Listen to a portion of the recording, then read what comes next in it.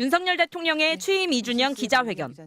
영국 BBC 서울 특파원은 러시아가 북한에 현금을 지원하는 등 협력 관계를 유지하고 있다고 지적하면서 한국이 러시아의 행동을 어디까지 묵과할 수 있는지 한계선을 물었습니다. 윤 대통령은 러시아와의 관계가 중요하다고 답했습니다.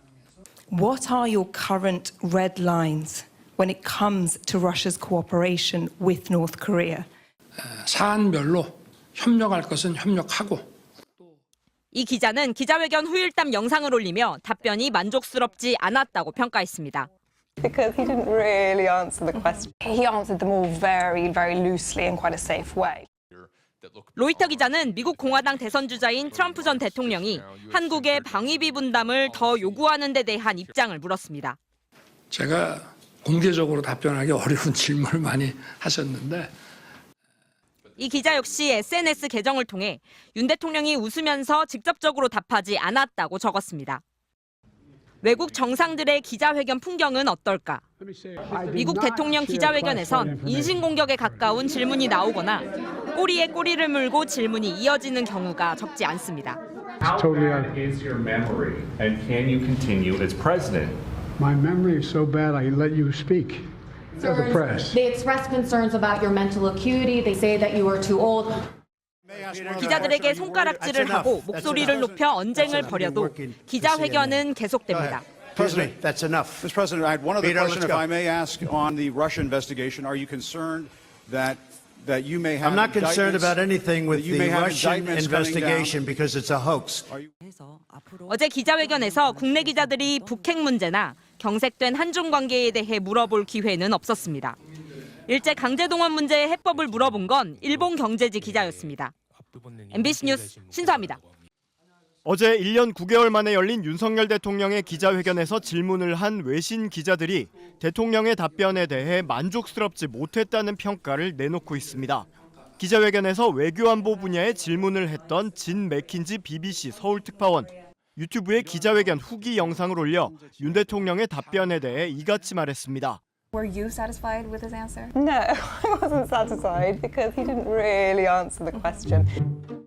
대통령에게 질문한 건 러시아가 북한과 군사적 협력을 하고 있는데 한국이 묵과할 수 없는 한계선은 뭐냐는 거였는데 정작 대통령은 러시아와의 관계가 중요하며 러시아와의 협력을 원한다는 엉뚱한 답을 했다는 겁니다.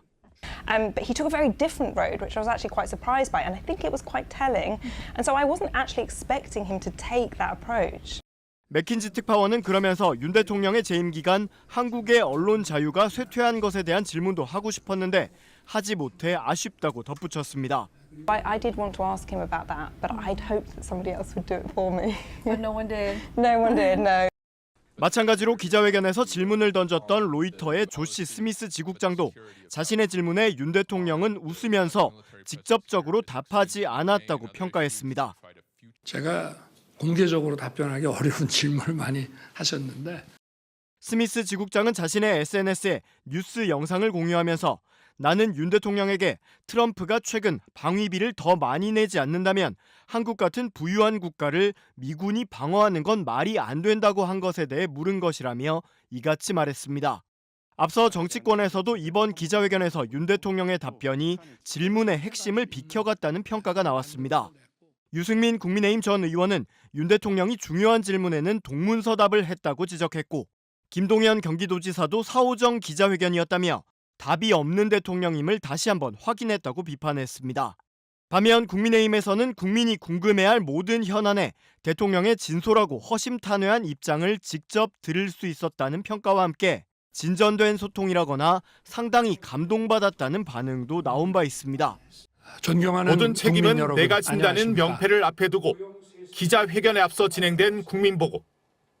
윤석열 대통령은 그간 국정 기조가 옳았음을 재차 강조했습니다.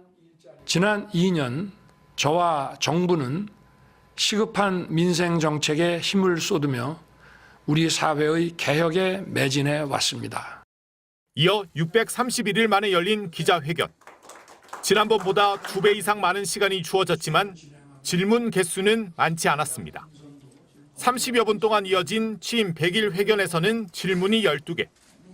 오늘은 72분 동안 20개의 질문을 받았습니다. 그만큼 대통령이 더 많은 이야기를 했다는 겁니다. 답변은 길었지만 핵심은 비켜갔습니다. 최상병 사건 당시 국방부 수사 결과에 화를 냈다는 이른바 대통령 경로서를 물었지만 윤 대통령은 엉뚱한 경로를 꺼냈습니다. 대통령님께서 국방부 수사 결과에 대해서 질책을 했다는 의혹도 좀 있습니다. 이에 대해서도 입장 부탁드리겠습니다. 사고 소식을 듣고 저도 국방장관에게